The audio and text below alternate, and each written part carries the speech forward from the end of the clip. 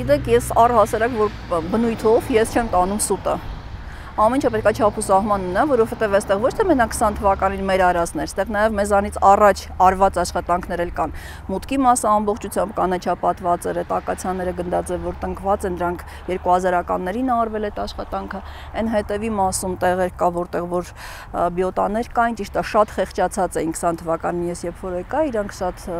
կիսաչոր վիճակում էին, բայց ամենայն դեպս պրոֆեսիոնալ խնամքի հետևանքով այդ բույսերը վերադարձան եւ մենք այդտեղ լրացումներ արեցինք։ Այսինքն շարքերը, որոնք որ նոսրացել էին, այդ շարքերը լրացրեցինք, որ այդ հատվածը ոնց որ նախնական մտածելով մասնագետները արել էին, որ ամբողջական լինի իրենց միտքը։ Ու հետո արդեն մենք այս մասի վրա կենտրոնացանք եւ այստեղ արեցինք այդ կանաչապատման հսկայական աշխատանքը եւ նաեւ քանի որ այս տարածքը քաղաքապետարանի վերահսկողության տակ չէր, անձամբ քաղաքապետն է այս թեմայով ունեցել զրույցում պաշտպանության նախարարության հետ, որ մենք այս ամբողջ աշխատանքը կանենք, հետագայում նաև ասֆալտապատման աշխատանքներ արվեցին եւ այլն։ Մենք այստեղ արեցինք ամբողջական նախագիծ։ Եվ պատերազմից հետո, երբ որ տեսա, որ այստեղ մեծ աշխատանքի ուրեմն տեղ կա, մենք մտածեցինք ոնց անենք եւ երաշեր ձևով, եւ տերևավոր տեսակներով, եւ ծաղկող ծառերով, եւ մշտադալարներով, եւ մոտավորապես 60% այստեղ մշտադալարներ են, հենց այն նպատակից ելնելով, որ նախ առաջին հերթին մեր հերոսների, պատերազմի բոլոր մասնակիցների հիշատակը կանաչ, որ մշտապես մարդիկ անցնում են այս տարածքով եւ այստեղ միայն գարունից աշուն չի ակտիվ հատվածը, այլ որ միշտ կանաչ լինի, ոնց որ իրանց սխրանքը միշտ մեր հիշողության մեջ վառ մնա։ Դրա համար էլ այստեղ այսքան մշտադալարների ուրեմն քանակ եք դուք տեսնում, այստեղ սոճիներ են, այստեղ գիհիներ են, այստեղ բիոտաներ են եւ նաեւ սոսիներ են, սոսիներն էլ մենք հենց ամենասկզբից տեղադրեցինք այստեղ 140 սոսի, նպատակը հենց արցախյան տնջրին էր, որպես սիմվոլ, որ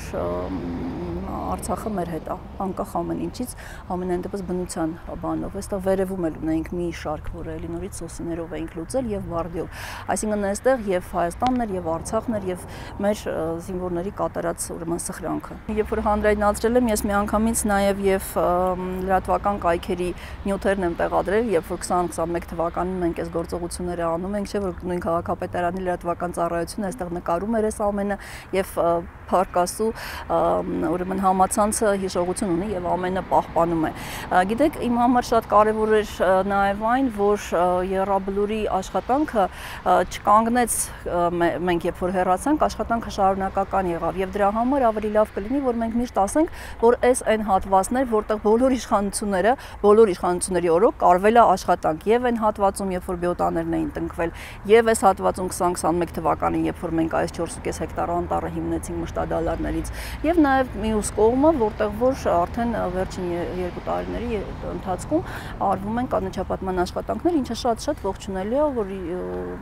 աշխատանքը հետևողական է եւ անընդհատականն է։ Ես կարծում եմ, որ քաղաքապետարանին իրավի տենց հաճելի է, որ ամեն ինչ ասեն, ամեն ինչը մենք արեցինք։ Ինչ որ վատն էր, դա արել են նախկինները, ինչ որ լավ է, դա արել են իրենք եւ անընդհատ թմկահարել, որ մենք Եռաբլուրում 15 հեկտար անտառ ենք հիմնել, պետք է լինել ուղղակի ազնիվ, ասել այնքան, ինչքան է դուք եք արել։ Եվ չի կարելի նսեմացնել ոչ մի մարդու արած աշխատանքը առավել եւս։ Այս հատվածում, երբ որ մենք անտառը հիմնում ենք, սա միայն քաղաքապետարանի աշխատանքը չէր, սա բոլորն էին։ Այստեղ զոհված զինվորների մայրերն են իրանց ձեռքով տնկել այս սոճիները։ Այստեղ երեխաներ էին, որոնք իրենց ծիրանենիները գնաց եկել են, այստեղ երիտասարդ ֆուտբոլիստներ էին, այստեղ բարերարներ էին, Armenia Tree Project-ը 500 բիոտա բերեց եւ իրենց թիմով բերեցին եւ տնկեցին այդ բույսերը։ Այստեղ Pixart-ներ, այսինքն այստեղ շատ մարդիկ են աշխատանք արել եւ անպայման պետք է այդ ամենը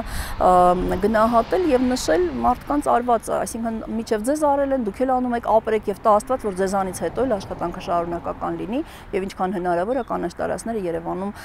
ավելանան։